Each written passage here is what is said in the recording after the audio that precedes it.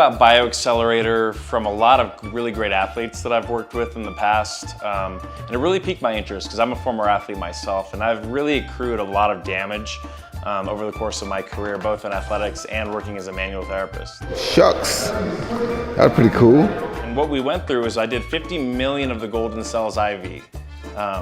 So that's the highest quality, top-notch stem cells that you can get. After that, we got to the less pleasant stuff. So I had injections, subpatellar, so underneath my kneecap on the right side. I had them intra-articular in the joint on my left shoulder. I had them in the muscle on my left shoulder as well, and then also in the trapezius and rhomboid, so the muscles surrounding the shoulder. I also had the hip, so intra-articular there as well. That day, it was amazing. I slept more than I've slept in probably 15 years. It almost felt like this soothing sensation going through my intestines, through all my joints. Honestly, it was euphoric, that whole 24 hours afterwards. If you're looking for something that's like a wellness vacation, I can't recommend Medagene nearly enough.